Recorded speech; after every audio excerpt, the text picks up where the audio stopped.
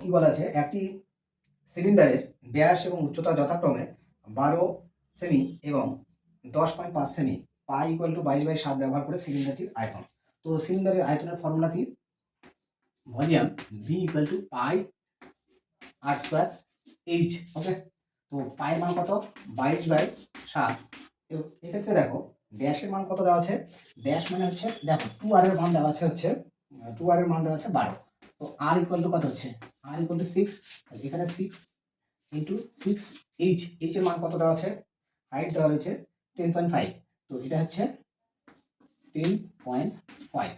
আচ্ছা, এক্ষেত্রে দেখো যখনই আমাদের হচ্ছে কোনো একটা রেজাল্টে পাই ব্যবহার করা থাকবে, সেই রেজাল্টটা কিন্তু অবশ্যই হচ্ছে ডিভিজিবল বাই 11 হবে। তো দেখো 11 হবে, তো ঠিকই আছে। এক্ষেত্রে দেখো 6 রয়েছে, তাহলে 22 রয়েছে, তার মানে কিন্তু হচ্ছে 6 দিয়ে ডিভিজিবল হবে, 11 দিয়ে ডিভিজিবল হবে। তো এই দুটোতে কিন্তু হচ্ছে ডিভিজিবল হবে।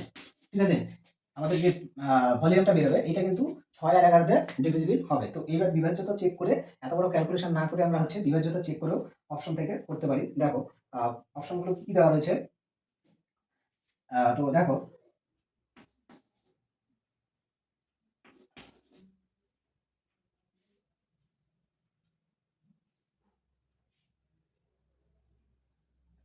এটা দেওয়া রয়েছে, আর হচ্ছে বিতে দেওয়া রয়েছে 1188, এটা এর অপশন, এটা হচ্ছে বি অপশন। আর সি অপশনে রয়েছে, সি অপশনে রয়েছে সি অপশনে রয়েছে 1281। আর ডি অপশনে রয়েছে, ডি অপশনে রয়েছে আমাদের হচ্ছে 1288। তো 1288। তো এইটা তো এবার হচ্ছে দেখো এটা হচ্ছে আমাদের হচ্ছে 11 দিয়ে ডিভিজিবল হবে। কেমন করে? 11 দিয়ে বিভাজ্যতা যে নিয়ম, তো অস্থানীয় ডিজিটগুলোর সাম, তাহলে এইটা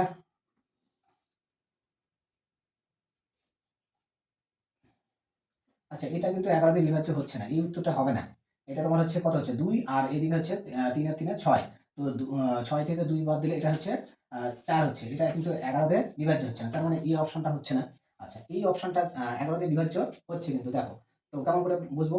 এইটা এইটা যোগ করলে কত হচ্ছে 9, আর এদিকে এই দুটো যোগ করলে 9। তাহলে এখানে কিন্তু হচ্ছে ডিফারেন্সটা কিন্তু হচ্ছে 11 দিয়ে বিভাজ্যতার যে শর্তটা সেটা কিন্তু স্যাটিসফাই হচ্ছে। ঠিক আছে, মানে জোড় স্থানীয় সংখ্যাগুলোর যোগফল এবং বিজোড় স্থানীয় সংখ্যাগুলোর ডিজিটগুলোর যোগফল, তাদের হচ্ছে যে অন্তর, সেটা কিন্তু 0 অথবা 11 দ্বারা বিভাজ্য হলে গোটা সংখ্যাটা 11 দিয়ে বিভাজ্য হয়। তাহলে এই অঙ্কটা কিন্তু, এটা কিন্তু আমাদের উত্তর হতে পারে। ঠিক আছে, তো বাকিগুলো চেক করতে লাগবে। তো দেখো এক্ষেত্রে এটা 11 দ্বারা বিভাজ্য কিনা চেক করো। তাহলে এইটা 1 আর 8 যোগ করলে কত হয়? এটা 9, 9 থেকে হচ্ছে 2 একে 3, আর 9 থেকে 3 বাদ দিলে 6। তো এটা কিন্তু 11 দ্বারা বিভাজ্য হচ্ছে না, এটা হচ্ছে না। তারপরে হচ্ছে ডি অপশনটা, ডি অপশনটা যদি আমি চেক করি, তাহলে দেখো এইটা আর এইটা যোগ করলে কত হচ্ছে 9, আর এই দুটো হচ্ছে 2 আর 8 যোগ করলে 10। তো 10 আর 9 ডিফারেন্স 1, এইটাও কিন্তু 11 দ্বারা বিভাজ্য হচ্ছে না। তাহলে আমাদের হচ্ছে একমাত্র অপশন নাম্বার বিটা কিন্তু হচ্ছে 11 দ্বারা বিভাজ্য হচ্ছে। তাহলে এক্ষেত্রে আমাদের অপশন টেস্ট করেও কিন্তু উত্তর করা যায়, গোটা ক্যালকুলেশন না করেও। ঠিক আছে, তো এক্ষেত্রে আমাদের সঠিক আনসারটা কিন্তু অপশন নাম্বার বি আমাদের কারেক্ট আনসার হবে। ঠিক আছে, এবার দেখো তোমাদের আমি ডিটেলস বলে দিলাম। আর আমার যেহেতু পরিকাঠামোটা দেখতেই পাচ্ছ তোমরা, অতটা ডেভেলপ করতে পারিনি আমি, তো তার জন্য একটু সময় বেশি লেগে গেল। তো চেষ্টা করছি আমি যতটা ইমপ্রুভ করা যায়।